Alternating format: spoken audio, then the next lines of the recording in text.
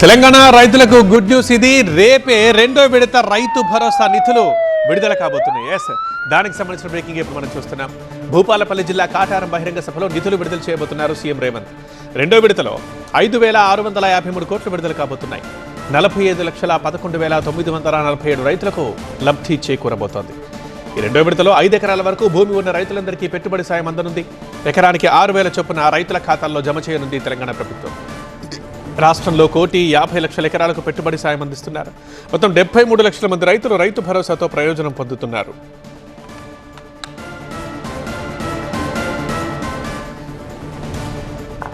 CM Revanth Reddy మంత్రులు irrigation ఆఫీసర్లతో కలిసి రేపు సాయంత్రం 4 గంటలకు మేడిగడ్డ బ్యారేజ్ని సందర్శిస్తారు.